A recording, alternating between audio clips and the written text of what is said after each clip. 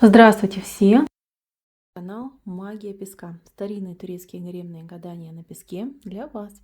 Дорогие зрители, гости канала, не забывайте подписываться, нажимайте на колокольчик и получайте уведомления о новых видео. Огромное спасибо заранее за ваши лайки, за ваши хорошие добрые комментарии. Земной вам поклон. Тема сегодняшнего гадания звучит так. О чем он молчит? Если тема интересна, подумайте о своем любимом человеке, либо о том, кто вам интересен. Задайте мысленно вопрос вашему любимому человеку. Мой милый дорогой, назовите по имени. О чем же ты молчишь? Надеюсь, вы настроились. Я убираю Назар. Попрошу я высшие силы дать мне возможность ответить на ваши вопросы и послать для вас только самую важную, самую нужную и самую полезную информацию. Давайте же посмотрим, о чем таком молчит ваш любимый человек. Так, у вашего человека есть ворох каких-то проблем, причем скрытый. Часть проблем уже... Знаете, это вообще очень напоминает айсберг. Часть проблем уже обозначились, они уже у него перед глазами, и он уже о них думает. А другая часть ждет своего выхода на сцену. Здесь однозначно человек заработался.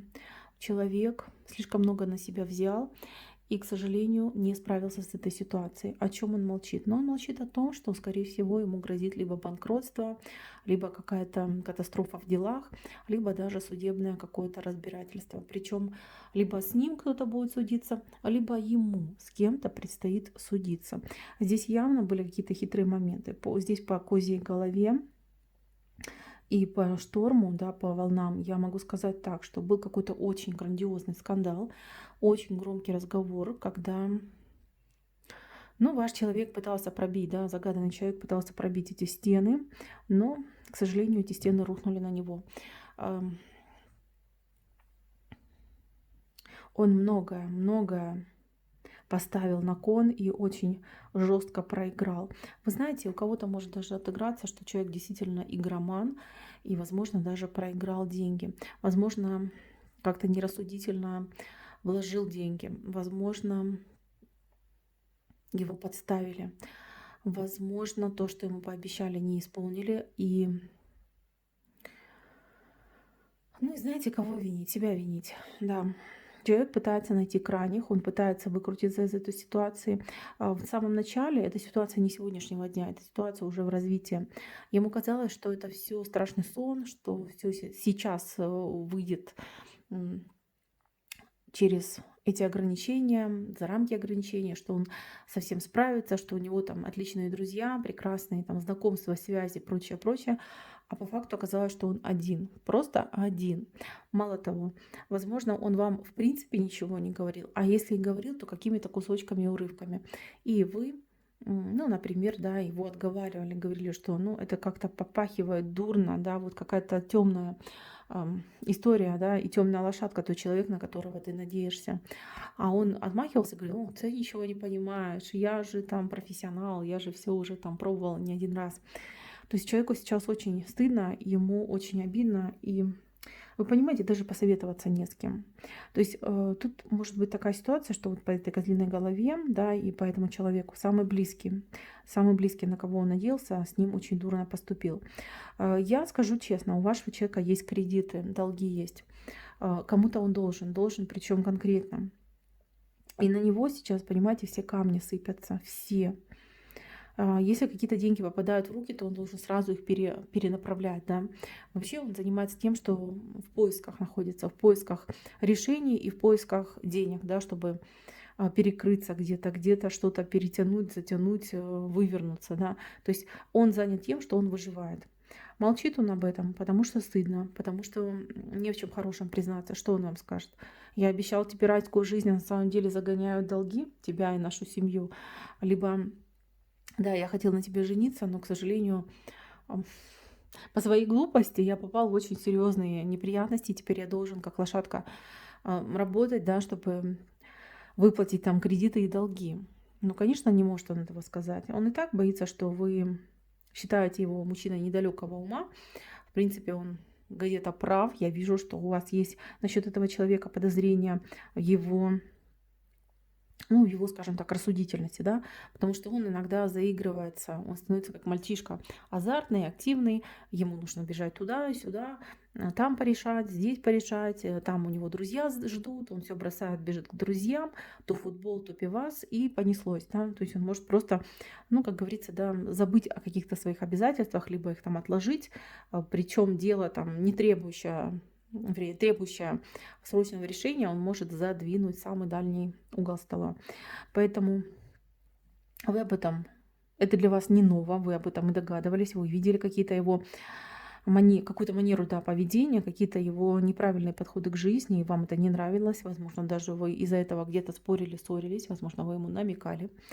Но человек, нет, он непробиваемый. И знаете, это не первая ситуация. Я вижу, что его жизнь и раньше уже била именно в эту же точку, по этому же месту, но он как будто бы ничему не научился. А здесь какой-то подход деструктивный. Вы знаете, вот когда с ним происходят неприятности, он себя виновным не чувствует. Он винит кого угодно. Людей, друзей, время, власть, не знаю, там деньги, погоду, не знаю, кого угодно винит, да, кроме как себя.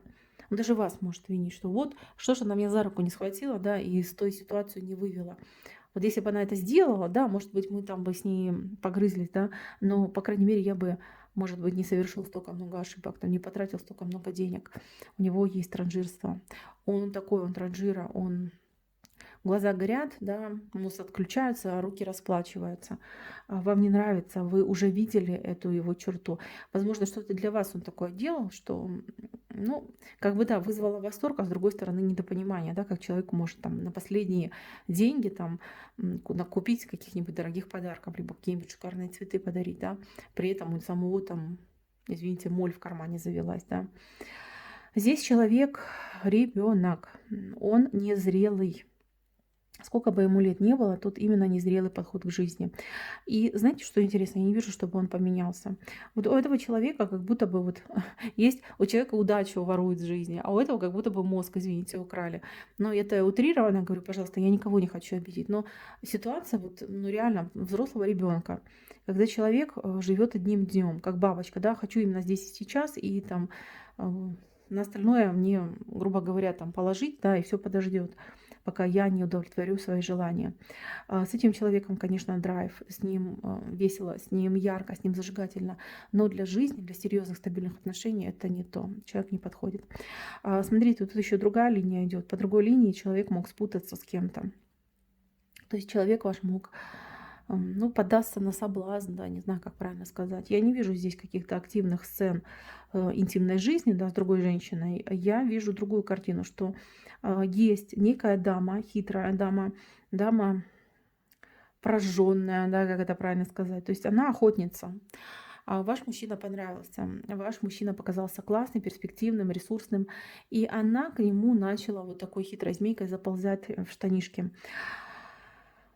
Тут и лесть была, что-то только не было. Ну, просто если так дословно посмотреть на этот рисунок. Вообще, девочки, кто видит, тот видит, да, что произошло, каким образом она его соблазнила. И либо что между ними было. Вот этот кусочек. Вот. Это мужчина, а вот это женщина. Ну, то есть, понимаете, в зоне паха она у него находится. В общем, эта женщина могла ради каких-то своих интересов пойти на вот такой поступок. Да, он как бы бесспорно, он тоже соблазнился. Тут я не буду его оправдывать. Единственное, скажу, что она была уж очень хитра и уж очень изобретательна в том, чтобы его соблазнить. У нее к нему шкурный интерес. Это не про любовь, это именно про шкурный интерес.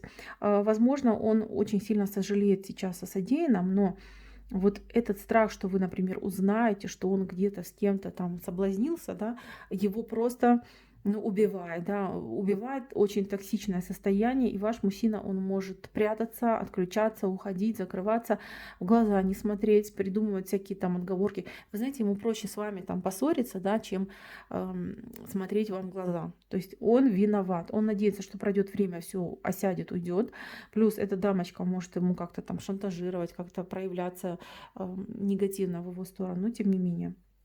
Вы об этой ситуации обязательно узнаете. Вы можете узнать и от меня, но кроме меня вам еще кто-то скажет. Вот есть свидетели этой ситуации. Вот прям придут и скажут: а ты знаешь, что твоего видели там с этой, да? Либо вот такая ситуация произошла.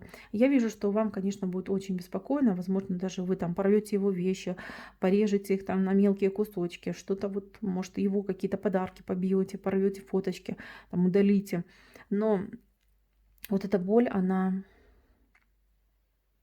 все-таки идет временного характера. То есть вы с ним все равно помиритесь. В любом случае, я вижу, что человек этот вам очень дорог. И что бы он ни делал, что бы он ни вытворял, вы все равно готовы ему прощать. То есть это какая-то больше, не знаю, материнская, наверное, любовь, смесь, микс такой материнской любви и любви к мужчине. То есть вы для него все-таки больше идете как защитница, как та, кто ему может залечить все его раны. А ран, конечно, очень много. И вы понимаете, что он, но он как ребенок, вот честно. Вот мне идет ребенок, который умеет так посмотреть в глаза, что вы можете ему простить что угодно. То есть он вас где-то даже гипнотизирует своим вот этим взглядом. Говорит, что вы расстанетесь. Нет, я не буду этого говорить, я этого не вижу. Я вижу, что да, он будет причинять вам боль. Либо тем, что он банкрот и сам наделал этих делов, либо тем, что он где-то с кем-то соблазнился и сам потом об этом пожалел. Но то, что он ребенок шкодный, извините, это налицо. И то, что вы его будете все равно принимать и прощать, это тоже я вижу.